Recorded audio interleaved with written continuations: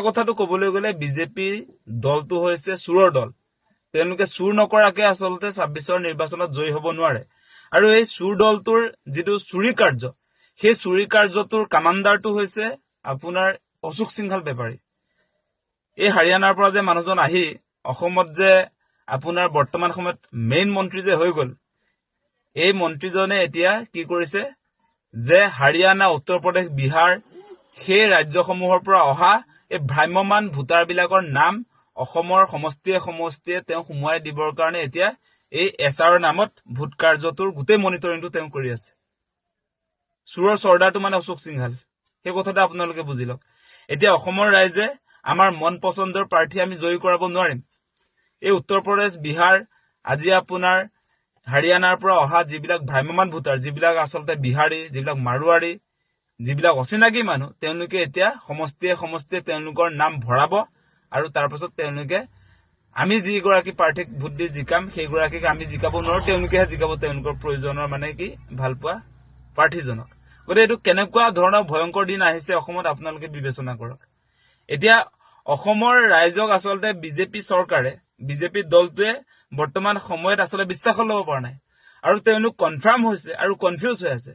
BJP দলটো বৰ্তমান সময়ত কনফিউজ হৈ আছে। তেওঁলোকে ২৬ৰ নিৰ্বাচনত যে নিজিকে সেই কথাটো তেওঁলোকে আচলতে গমেই পাইছে।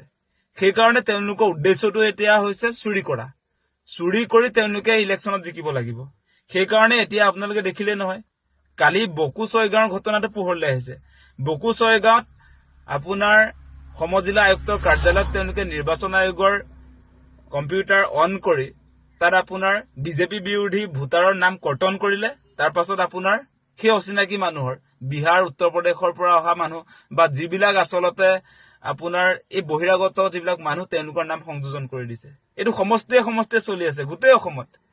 গতিকে কেনেকুৱা ঘটনা বৰ্তমান সময়ত বিজেপি আমদানি কৰিছে আপোনালোকে নিজে এবাৰ ভাবি চাওক। মানে বিহাৰ, উত্তৰ প্ৰদেশৰ সেই দিনবিলাক অসমলৈ আনিব খুজিছে। SIRৰ নামত যেনেকে বিহাৰ, উত্তৰ প্ৰদেশত ভ্ৰাম্যমান ভোটাৰ সৃষ্টি কৰি আপোনাৰ এই বিজেপি চৰকাৰ শাসনলৈ আহিলে, সেই একে প্ৰেক্টিচ আজি অসমত কৰিবৰ কাৰণে অশোক সিংঘালে আৰম্ভ কৰিছে। সেইটো তেওঁলোকৰ সিদ্ধান্ত হৈ গৈছে। আপোনালোকে এটা কথা নিশ্চয় শুনিছিলে মাজতে যে দিলীপ শইকীয়াই মানে জুম মিটিঙত এটা কথা তেওঁ কৈ দিছে যে এই যিবিলাক বিজেপি বিৰোধী ভোটাৰ ১০,০০০কে কৰ্তন কৰিব লাগে আৰু বিজেপিৰ সমৰ্থনত যিবিলাকে ভোট দিব সেইসকলৰ নাম অন্তৰ্ভুক্ত কৰিব লাগে। সেইকাৰণে তেওঁলোকে জুম মিটিঙত সেই মিটিঙত যে কথাটো যে ওলাইছিলে সেইটো ইতিমধ্যে সমষ্টিয়ে সমষ্টিয়ে সেই কামবিলাক আৰম্ভ হৈছে। আৰু নিৰ্বাচন আয়োগটো কি হৈ আছে আচলতে? নিৰ্বাচন আয়োগটো স্বতন্ত্ৰ অনুষ্ঠান হয় নে নহয়? নিৰ্বাচন আয়োগৰ ভূমিকা আজিৰ দিনটোত কি? আপোনালোকে যদি চাই, নিৰ্বাচন আয়োগ এতিয়া আচলতে বিজেপিৰ হাতৰ পুতলাত চলি আছে, হাতৰ পুতলাৰ নিচিনা। তেওঁলোকে বিজেপিক পুনৰ ২৬ত মানে জয়ী কৰাবৰ কাৰণে ঠিকা লৈছে নেকি? সেই প্ৰশ্নবিলাক আজি আহিছে আমাৰ মনত। তেওঁলোকে যদি ঠিকাই লোৱা নাই, তেনেহলে কেনেকে আচলতে এই আয়ুক্তৰ কাৰ্যালয়বিলাকত নিৰ্বাচন আয়োগৰ কম্পিউটাৰ খুলি কেনেকে আচলতে বিজেপি নেতা কৰ্মীয়ে তাত নাম কৰ্তন, নাম সংযোজন কৰিব পাৰে? ফৰ্ম 7ত আপোনাৰ তেওঁলোকে কেনেকে লগ ইন কৰি নাম কৰ্তন আৰু নাম আপোনাৰ সুমুৱাব পাৰে সেই কথাটো আপোনালোকে বিবেচনা কৰি চাওক। মানে নিৰ্বাচন আয়োগ স্বতন্ত্ৰ হৈ থকা দৰকাৰ। যদি স্বতন্ত্ৰ নহয় তাৰ বিৰুদ্ধে প্ৰতিবাদটো হ'ব। আজিৰ দিনটোৰ পৰা আমাৰ প্ৰতিবাদী কাৰ্যসূচী ৰূপায়ণ হৈছে।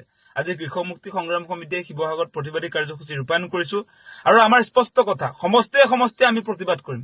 আমি কোনো কাৰণতে গণতান্ত্ৰিক ব্যৱস্থাক তছনছ কৰিবৰ কাৰণে বিজেপিক অনুমতি দিব নোৱাৰো। এনেকৈ মানুহৰ মৌলিক অধিকাৰ খৰ্ব কৰি আজি আমি অসমৰ ৰাইজে আমি ভালপোৱা প্ৰতিনিধি নিৰ্বাচন কৰিব নোৱাৰিম। আজি আপোনাৰ বিহাৰ, উত্তৰ প্ৰদেশৰ মানুহ আহি অসমৰ প্ৰতিনিধি নিৰ্বাচন কৰিব। আজি অসমৰ মুখ্যমন্ত্ৰী আজি অচিনাকি মানুহে পাতিব। আজি বিধায়ক বিলাক আজি অসমৰ ৰাইজে যিবিলাকক বিচাৰিব তেওঁলোকে হ'ব নোৱাৰিব। বেলেগ মানুহে আহি আচলতে তেওঁলোকৰ পচন্দৰ বিধায়ক ইয়াত আপোনাৰ পাতিবলৈ আহিব। সেই কথাটো আমি কেতিয়াও হ'বলৈ দিব নোৱাৰো।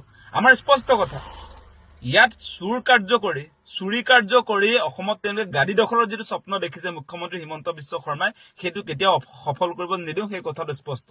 কোনো কাৰণতে এনেকৈ আচলতে বিজেপি বিৰোধী ভোট কৰ্তন আৰু আপোনাৰ বিজেপিৰ সমৰ্থনত যিবিলাক মানুহৰ নাম সংযোজন কৰিব বিচৰা হৈছে, যিবিলাক অস্থায়ী মানুহ, যিবিলাক মোবাইল ভোটাৰ, যিবিলাক বিহাৰী মাৰোৱাৰী যিবিলাক বাহিৰৰ পৰা আহি সেই আপোনাৰ নিজৰ নিজৰ ৰাজ্যতো তেওঁলোকে ভোটাধিকাৰ প্ৰদান কৰিব, অসমতো ভোটাধিকাৰ প্ৰদান কৰিব। সেই ঘটনা আমি অসমত হবলৈ নিদিওঁ। বিহাৰত যি হৈ গল অসমত সেইবিলাক প্ৰেক্টিচ কেতিয়াও নকৰিব। আৰু অশোক সিংহালক সাৱধান কৰি দিছো, আপুনি অসমৰ মালিক হবলৈ নাহিব, সেই কথাটো স্পষ্ট। অসমৰ ভৱিষ্যত নিয়ন্ত্ৰণ কৰিবৰ কাৰণে অসমৰ ৰাইজে আপোনাক অনুমতি দিয়া নাই। আমি অসমৰ ৰাইজে যাক প্ৰতিনিধি হিচাপে নিৰ্বাচন কৰিব লাগে আমি জানো, তাক প্ৰতিনিধি হিচাপে নিৰ্বাচন কৰিম। আপুনি ইয়াত আপোনাৰ নিজৰ মানুহ আনি ইয়াত অসমীয়া মানুহৰ অধিকাৰ খৰ্ব কৰিবৰ কাৰণে যি ধৰণে চেষ্টা চলাইছে সেইটো কেতিয়াও সফল হবলৈ দিয়া নহয়, সেই কথাটো আমি স্পষ্ট কৰি দিছো।